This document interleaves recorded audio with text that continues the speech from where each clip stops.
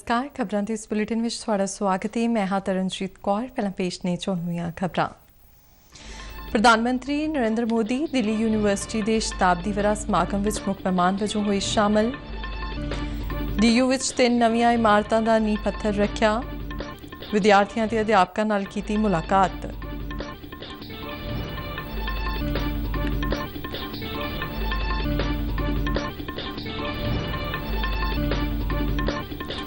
केंद्रीय गृह मंत्री अमित शाह अनुसार प्रधानमंत्री नरेंद्र मोदी की अगवाई वाली सरकार के पिछले 9 साल गरीब कल्याण और भारत गौरव दे रहे।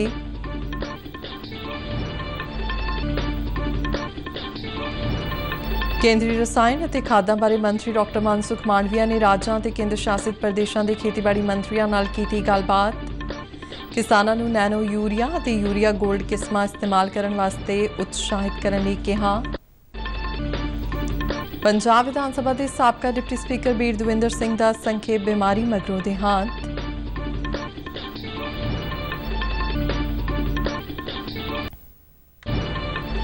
ते भारत ने ईरान नूं हरा के 8वीं बार फिर एशियाई कबड्डी चैंपीयनशिप जीती।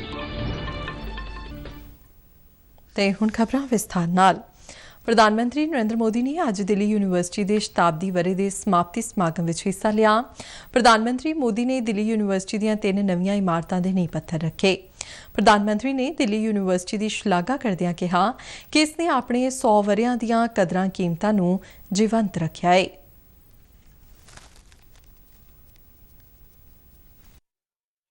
मैं मानता हूं डीयू ने 100 सालों में अगर अपने एहसासों को जिंदा रखा है तो अपने मूल्यों को भी जीवंत रखा है। निष्ठा धृति सत्यम यूनिवर्सिटी का ये ध्येय वाक्य अपने हर एक स्टूडेंट के जीवन में गाइडिंग लैंप की तरह है।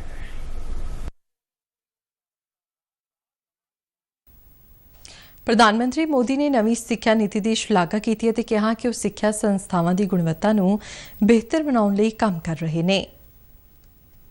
शिक्षण संस्थाओं की क्वालिटी बेहतर बनाने के लिए भी हम लगातार काम कर रहे हैं। इन इंस्टीट्यूट्स को कॉम्पिटिटिव बनाने के लिए हम नेशनल इंस्टीट्यूशनल रैंकिंग फ्रेमवर्क लेकर आए हैं। इससे देश भर के इंस्टीट्यूशंस को एक मोटिवेशन मिल रहा है।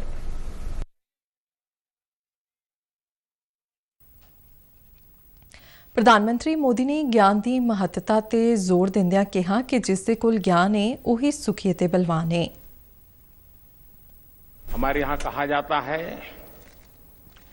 ज्ञान वानेन सुखवान ज्ञान वानेव जीवती ज्ञान वानेव बलवान तस्मात् ज्ञान मयो भव। अर्थात जिसके पास ज्ञान है वही सुखी है, वही बलवान है और वास्तव में वही जीता है जिसके पास ज्ञान है। प्रधानमंत्री ने दिल्ली यूनीवर्सिटी विच एक प्रदर्शनी का भी दौरा किया। प्रधानमंत्री नरेंद्र मोदी दिल्ली यूनीवर्सिटी के शताब्दी जश्नां के समाप्ति समारोह में हिस्सा लैण लई दिल्ली मैट्रो राहीं यूनीवर्सिटी पहुंचे। उन्होंने वापसी का सफर भी मैट्रो राहीं ही किया। प्रधानमंत्री मोदी ने मैट्रो के डब्बे में बैठे यात्रियों नाल जिन्हां विच नौजवान विद्यार्थी और विद्यार्थियां भी सन नाल गलबात की। मैट्रो रेल स्टेशन के प्लेटफार्म से प्रधानमंत्री नूं देख के न सिर्फ प्लेटफार्म पर मौजूद लोग बल्कि मैट्रो रेल में सफर करने वाले मुसाफिर भी खुश हो गए।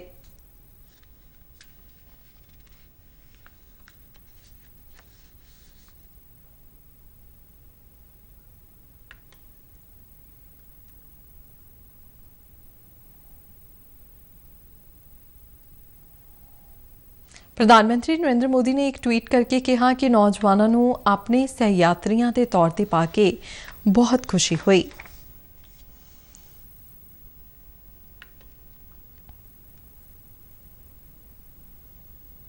ਕੇਂਦਰੀ ਗ੍ਰਹਿ ਮੰਤਰੀ ਅਮਿਤ ਸ਼ਾਹ ਨੇ ਕਿਹਾ ਕਿ ਪ੍ਰਧਾਨ ਮੰਤਰੀ ਨਰਿੰਦਰ ਮੋਦੀ ਦੀ ਅਗਵਾਈ 'ਚ ਭਾਰਤ ਸਰਕਾਰ ਦੇ ਪਿਛਲੇ 9 ਸਾਲ ਗਰੀਬ ਕਲਿਆਣ ਅਤੇ ਭਾਰਤ ਗੌਰਵ ਦੇ ਰਹੇ ਨੇ। ਉਨ੍ਹਾਂ ਨੇ ਕੇਂਦਰ ਸਰਕਾਰ ਦੇ 9 ਸਾਲ ਪੂਰੇ ਹੋਣ ਦੇ ਮੌਕੇ ਤੇ ਉਦੈਪੁਰ ਵਿੱਚ ਆਯੋਜਿਤ ਧੰਨਵਾਦ ਯਾਤਰਾ ਨੂੰ ਸੰਬੋਧਨ ਕਰਦੇ ਹੋਏ ਕਿਹਾ ਕਿ ਪੂਰੇ ਦੇਸ਼ 'ਚ ਪ੍ਰਧਾਨ ਮੰਤਰੀ ਨਰਿੰਦਰ ਮੋਦੀ ਲਈ ਲੋਕਾਂ ਦੇ ਦਿਲਾਂ 'ਚ ਨਿੱਘਾ ਪਿਆਰ ਹੈ।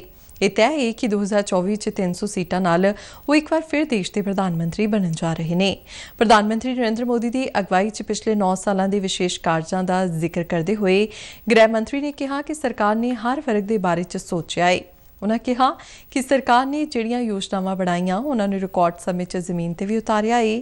ਉਨ੍ਹਾਂ ਕਿਹਾ ਕਿ ਪੂਰੀ ਦੁਨੀਆ 'ਚ ਪ੍ਰਧਾਨ ਮੰਤਰੀ ਨੂੰ ਜਿਹੜਾ ਸਨਮਾਨ ਮਿਲ ਰਿਹਾ ਹੈ ਉਹ ਦੇਸ਼ ਦੇ 130 ਕਰੋੜ ਲੋਕਾਂ ਦਾ ਸਨਮਾਨ ਹੈ।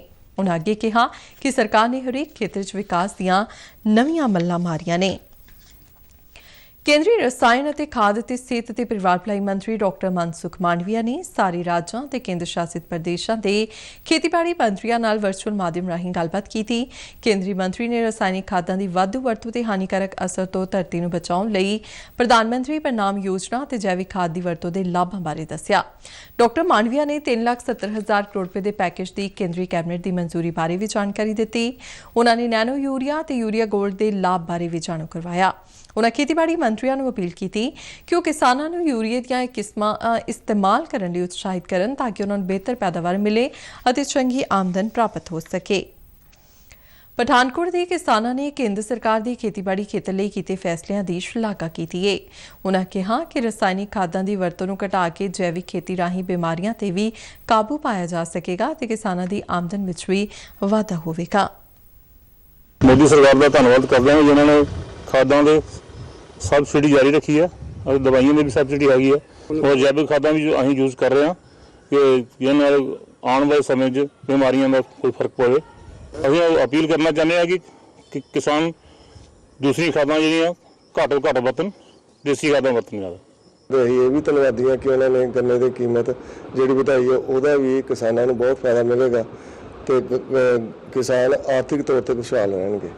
ਪ੍ਰਧਾਨ ਮੰਤਰੀ ਦਾ ਬਹੁਤ ਧੰਨਵਾਦ ਕਰਨਾ ਕਿ ਯੂਰੀਆ ਖਾਦ ਜੋ ਕਿ 2014 ਤੋਂ ਪਹਿਲਾਂ ਲਾਈਨ 'ਚ ਲੱਗ ਕੇ ਮਿਲਦੀ ਸੀ ਜਾਂ ਮਿਲਦੀ ਹੀ ਨਹੀਂ, ਜਦੋਂ ਵੀ ਫਸਲ ਦੀ ਵਾਰੀ ਆਉਂਦੀ ਸੀ ਔਰ ਬਲੈਕ ਜਿਹੜੀ ਸੀ ਉਹਦੀ ਹੁੰਦੀ ਸੀ ਉਹ ਸਭ ਰੁਕ ਗਿਆ ਔਰ ਨੀਮ ਕੋਟਡ ਕਰਨ ਦੇ ਨਾਲ ਅੱਜ ਜਿਹੜਾ ਆ ਯੂਰੀਆ ਬੜੀ ਆਸਾਨੀ ਦੇ ਨਾਲ ਉਪਲਬਧ ਹੁੰਦਾ ਹੈ। ਕਿਸਾਨ ਵੀਰਾਂ ਨੂੰ ਵੀ ਮੈਂ ਇੱਕ ਬੇਨਤੀ ਕਰਨਾ ਚਾਹੁੰਦਾ ਕਿ ਅਸੀਂ ਵੀ ਇੱਕ ਜਿਹੜਾ ਲੋਕਾਂ ਦੀ ਭਲਾਈ ਦੇ ਲਈ ਇਹ ਦੇਖੀਏ ਕਿ ਜੋ ਖਾਦ ਸਮੱਗਰੀ ਅਸੀਂ ਪੈਦਾ ਕਰਨੀ ਹੈ, ਜੋ ਫਸਲਾਂ ਅਸੀਂ ਪੈਦਾ ਕਰਨੀਆਂ ਉਹਦੇ 'ਚ ਘੱਟ ਤੋਂ ਘੱਟ ਮਾਤਰਾ 'ਚ ਯੂਰੀਆ, ਡਾਇਆ ਜਾਂ ਹੋਰ ਰਸਾਇਣਿਕ ਖਾਦਾਂ ਜਿਹੜੀਆਂ ਵਰਤਦੇ ਹਾਂ ਉਹ ਆਪਾਂ ਘੱਟ ਤੋਂ ਘੱਟ ਵਰਤੀਏ ਤਾਂ ਜੋ ਕਿਸਾਨ ਵੀ ਉਹਦੇ ਨਾਲ ਖੁਸ਼ਹਾਲ ਹੋਏਗਾ ਔਰ ਜ਼ਮੀਨ ਦੀ ਜਿਹੜੀ ਪੈਦਾਵਾਰ ਸ਼ਕਤੀ ਆ ਉਹ ਵੀ ਵਧੇਗੀ।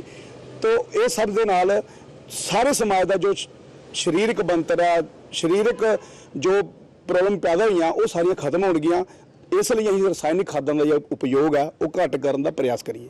मोदी जी ने जो किसानों बारे 13,70,000 करोड़ का पैकेज भेजा है, बड़ी अच्छी गल है। तो किसानों को चाहिए भी देसी खाद का उपयोग करन तो देसी खाद ज़्यादा से ज़्यादा बरतन, उसदे नाल सेहत भी ठीक रहेगी, लोगों की वातावरण भी ठीक रहेगा और किसानों को अच्छी फसल भी मिलेगी। ਸੰਸਦ ਦੀ ਸਥਾਈ ਕਮੇਟੀ ਨੇ ਯੂਨੀਫਾਰਮ ਸਿਵਲ ਕੋਡ ਤੇ ਹਿੱਤਧਾਰਕਾਂ ਦੇ ਵਿਚਾਰ ਸੁਣਨ ਲਈ ਸੋਮਵਾਰ ਨੂੰ ਇੱਕ ਮੀਟਿੰਗ ਸੱਦੀ ਹੈ। ਭਾਰਤੀ ਜਨਤਾ ਪਾਰਟੀ ਦੇ ਰਾਜ ਸਭਾ ਮੈਂਬਰ ਸੁਸ਼ੀਲ ਮੋਦੀ ਦੀ ਅਗਵਾਈ ਵਾਲੀ UCC ਕਮੇਟੀ ਦੇ ਸਾਰੇ ਹੀ 31 ਸੰਸਥਾ ਅਤੇ ਹੋਰਨਾਂ ਮੈਂਬਰਾਂ ਨੂੰ ਇਸ ਮੀਟਿੰਗ ਬਾਰੇ ਜਾਣਕਾਰੀ ਦੇ ਦਿੱਤੀ ਗਈ ਹੈ। ਯੂਨੀਫਾਰਮ ਸਿਵਲ ਕੋਡ ਨਾਗਰਿਕਾਂ ਦੇ ਨਿੱਜੀ ਕਾਨੂੰਨਾਂ ਨੂੰ ਬਣਾਉਣ ਅਤੇ ਲਾਗੂ ਕਰਨ ਦੀ ਇੱਕ ਤਜਵੀਜ਼ ਹੈ ਜੋ ਸਾਰੇ ਨਾਗਰਿਕਾਂ ਉੱਪਰ ਉਹਨਾਂ ਦੇ ਧਰਮ, ਲਿੰਗ, ਜੈਂਡਰ ਅਤੇ ਜਿਨਸੀ ਰੁਝਾਨ ਦੀ ਪਰਵਾਹ ਕੀਤੇ ਬਿਨਾਂ ਸਮਾਨ ਰੂਪ ਵਿੱਚ ਲਾਗੂ ਹੁੰਦੇ ਨੇ। ਮੌਜੂਦਾ ਸਮੇਂ ਵਿੱਚ ਵੱਖ-ਵੱਖ ਭਾਈਚਾਰਿਆਂ ਦੇ ਨਿੱਜੀ ਕਾਨੂੰਨਾਂ ਨੂੰ ਉਹਨਾਂ ਦੇ ਧਾਰਮਿਕ ਗ੍ਰੰਥਾਂ ਰਾਹੀਂ ਪ੍ਰਬੰਧਿਤ ਕੀਤਾ ਜਾਂਦਾ ਹੈ। ਇਸੇ ਮਹੀਨੇ ਦੀ 14 ਤਰੀਕ ਨੂੰ ਭਾਰਤ ਦੇ ਕਾਨੂੰਨ ਕਮਿਸ਼ਨ ਨੇ ਯੂਨੀਫਾਰਮ ਸਿਵਲ ਕੋਡ ਦੇ ਨਿਰੀਖਣ ਲਈ ਲੋਕਾਂ ਅਤੇ ਮਾਨਤਾ ਪ੍ਰਾਪਤ ਧਾਰਮਿਕ ਸੰਗਠਨਾਂ ਤੋਂ ਉਹਨਾਂ ਦੇ ਵਿਚਾਰ ਮੰਗੇ ਸਨ। ਪੈਨ ਕਾਰਡ ਨੂੰ ਆਧਾਰ ਕਾਰਡ ਨਾਲ ਲਿੰਕ ਕਰਨ ਦੀ ਅੱਜ ਆਖਰੀ ਤਰੀਕ ਹੈ। ਅਜਿਹਾ ਨਾ ਕਰਨ ਤੇ ਪੈਨ ਕਾਰਡ ਰੱਦ ਹੋ ਜਾਵੇਗਾ, ਜਿਸ ਕਾਰਨ ਉਸ ਨਾਲ ਸੰਬੰਧਿਤ ਕੋਈ ਵੀ ਰਿਫੰਡ ਅਤੇ ਵਿਆਜ ਨਹੀਂ ਮਿਲੇਗਾ। TDS ਅਤੇ TCS ਵੀ ਉੱਚ ਦਰਾਂ ਤੇ ਕੱਟੇ ਜਾਣਗੇ। ਇਸ ਲਈ 1,000 ਰੁਪਏ ਦੀ ਫੀਸ ਦੇ ਕੇ ਆਧਾਰ ਨੂੰ ਪੈਨ ਨਾਲ ਅੱਜ ਹੀ ਲਿੰਕ ਕੀਤਾ ਜਾ ਸਕਦਾ ਹੈ। ਸੂਚਨਾ ਤੇ ਪ੍ਰਸਾਰਣ ਮੰਤਰਾਲੇ ਦੇ ਕੇਂਦਰੀ ਸੰਚਾਰ ਬਿਊਰੋ ਵੱਲੋਂ ਦੇਸ਼ ਭਰ ਵਿੱਚ 9 ਸਾਲ ਸੇਵਾ, ਸੁਸ਼ਾਸਨ ਤੇ ਗਰੀਬ ਕਲਿਆਣ ਦੀ ਥੀਮ ਤੇ ਵੱਖ-ਵੱਖ ਥਾਵਾਂ ਤੇ ਪ੍ਰੋਗਰਾਮ ਕਰਵਾਏ ਜਾ ਰਹੇ ਨੇ। इसी लड़ी तहत अमृतसर के खालसा कॉलेज में लगाई 2 रोज़ा चित्र प्रदर्शनी आज समाप्त हो गई। इस प्रदर्शनी ਨੂੰ ਦੇਖਣ ਆਏ ਲੋਕਾਂ ਨੇ ਕਿਹਾ ਕਿ ਅਜਿਹੇ ਪ੍ਰੋਗਰਾਮ ਭਵਿੱਖ ਵਿੱਚ ਵੀ ਕਰਵਾਏ ਜਾਣੇ ਚਾਹੀਦੇ ਨੇ ਤਾਂ ਜੋ ਨੌਜਵਾਨ ਪੀੜ੍ਹੀ ਨੂੰ ਸਰਕਾਰ ਦੀਆਂ ਯੋਜਨਾਵਾਂ ਬਾਰੇ ਜਾਣਕਾਰੀ ਹਾਸਲ ਹੋ ਸਕੇ। ਸੈਂਟਰ ਬਿਊਰੋ ਆਫ ਕਮਿਊਨੀਕੇਸ਼ਨ ਦੇ ਅਧਿਕਾਰੀ ਗੁਰਮੀਤ ਸਿੰਘ ਨੇ ਦੱਸਿਆ ਕਿ ਪ੍ਰਦਰਸ਼ਨੀ ਰਾਹੀਂ ਆਤਮ ਨਿਰਭਰ ਭਾਰਤ ਤੋਂ ਲੈ ਕੇ ਰੱਖਿਆ ਤੇ ਹੋਰਨਾਂ ਖੇਤਰਾਂ ਵਿੱਚ ਦੇਸ਼ ਵੱਲੋਂ ਪੁੱਟੀਆਂ ਪਲਾਂਘਾਂ ਬਾਰੇ ਜਾਣਕਾਰੀ ਦਿੱਤੀ ਗਈ। ਇਸ ਦੌਰਾਨ ਕਲਾਕਾਰਾਂ ਵੱਲੋਂ ਨੁੱਕੜ ਨਾਟਕ ਅਤੇ ਕਈ ਹੋਰ ਸੱਭਿਆਚਾਰਕ ਵੰਨਗੀਆਂ ਰਾਹੀਂ ਕੇਂਦਰ ਸਰਕਾਰ ਦੀਆਂ ਨੀਤੀਆਂ ਬਾਰੇ ਲੋਕਾਂ ਨੂੰ ਜਾਗਰੂਕ ਕੀਤਾ। पंजाब विधान सभा के साबका डिप्टी स्पीकर बीर दविंदर सिंह का संखेप बीमारी मगरों देहांत हो गया। वो पीजीआई चंडीगढ़ विखे इलाज अधीन सन। वो जिला फतेहगढ़ साहिब के पिंड कोटला भाईका के निवासी सन ते पक्के तौर पर कई सालों तो पटियाला विखे ही रह रहे सन। बीर दविंदर सिंह साल 1980 में विधान सभा हल्का सरहंद ते हर विधान सभा हल्का खरड़ तो साल 2002 में विधायक बने सन ते कैप्टन अमरिंदर सिंह की कांग्रेस सरकार समय साल 2002 में पंजाब विधान सभा के डिप्टी स्पीकर बने सन। मुख्यमंत्री भगवंत मान ने साबका डिप्टी स्पीकर बीर दविंदर सिंह के देहांत से दुख प्रगट किया है। मुख्यमंत्री ने कहा कि बीर दविंदर सिंह ने ਵੱਖ-ਵੱਖ अहुदियां ते रहंदियां अपने कार्यकाल दौरान पंजाब के विकास विच वडमुला योगदान पाया। श्रोमणी गुरुद्वारा प्रबंधक कमेटी के प्रधान हरजिंदर सिंह धामी ने स्वर्गीय बीर दविंदर सिंह के अकाल चलाने ते डूंगा दुख प्रगट किया है। उन्होंने कहा कि बीर दविंदर सिंह विद्वान सियासतदान सन। पश्चिमी कमांड के general officer commanding in chief lieutenant general नव के खंडूरी अज अपने अहुदे तो रिटायर हो गए। सेना च 40 वरियां की सेवा करने तो बाद वो अपने इस अहुदे तो रिटायर हुए। General officer lieutenant general Khanduri ने 1 नवंबर 2021 ਨੂੰ पश्चिमी कमांड च general officer commanding in chief वजों अहुदा संभालिया सी। उन्होंने अपनी समर्था के मुताबिक पश्चिमी कमांड च ਵੱਖ-ਵੱਖ ਵੇਖਣ प्रोग्राम फौजियां नाल अभ्यास और ਵੱਖ-ਵੱਖ एजेंसियां नाल अभ्यास की तैयारी सुनिश्चित करने लई वचनबद्ध रहे। उन्होंने अपने कैरियर दौरान फौजियां, उन्होंने परिवारां ते साबका फौजियां की भलाई और टिकाऊपन वर्गे प्रशासनिक पहलुआं ते भी जोर दिता। इस मौके पर सेना कमांडर ने वार मेमोरीयल के शहीदों को श्रद्धांजलि भेंट की। इस बाद अपने विदाई भाषण में जनरल खंडूरी ने कमांड के सारे फौजियां और अधिकारियों की शलाघा की और उन्होंने भारतीय सेना दी बेहतरीन परंपरावां विच वधिया काम जारी रखने लई आख्या।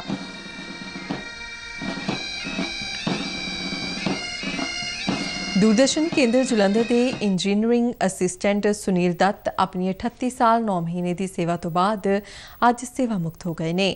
इस मौके पर दूरदर्शन स्टाफ वालों उन्होंने विदायगी पार्टी दी गई। केंद्र के ਵੱਖ-ਵੱਖ सैक्शनां के मुखिया ने उन्होंने वालों अपने सेवा काल दौरान संस्था लिए पाए गए योगदान की शलाघा की। अधिकारियों वालों उन्होंने सन्मान चिन्ह और तोहफे भेंट किए गए।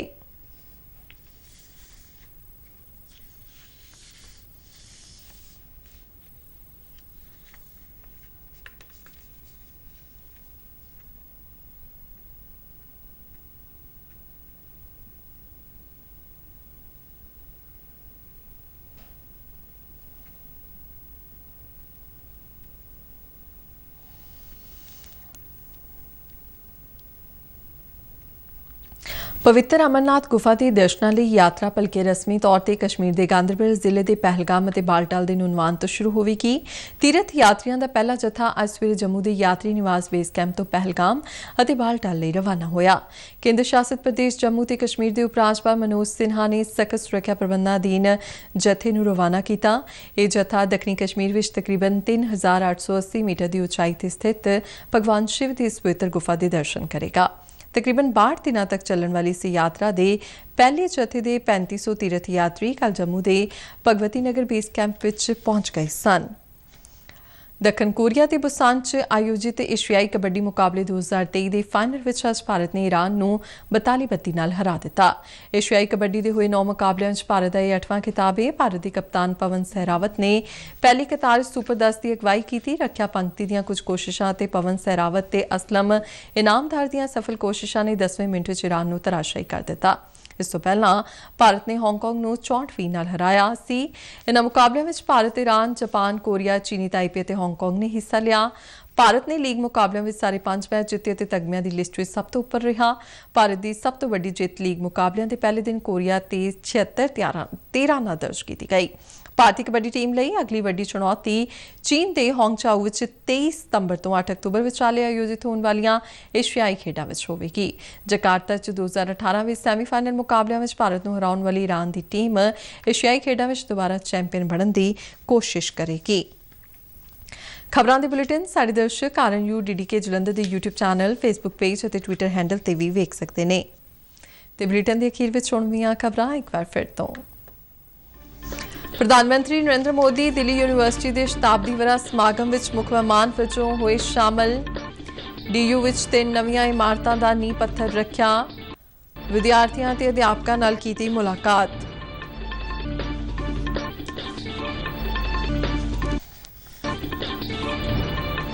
ਕੇਂਦਰੀ ਗ੍ਰਹਿ ਮੰਤਰੀ ਅਮਿਤ ਸ਼ਾਹ ਅਨੁਸਾਰ ਪ੍ਰਧਾਨ ਮੰਤਰੀ ਨਰਿੰਦਰ ਮੋਦੀ ਦੀ ਅਗਵਾਈ ਵਾਲੀ ਸਰਕਾਰ ਦੇ ਪਿਛਲੇ 9 ਸਾਲ ਗਰੀਬ ਕਲਿਆਣ ਅਤੇ ਭਾਰਤ ਗੌਰਵ ਦੇ ਰਹੇ।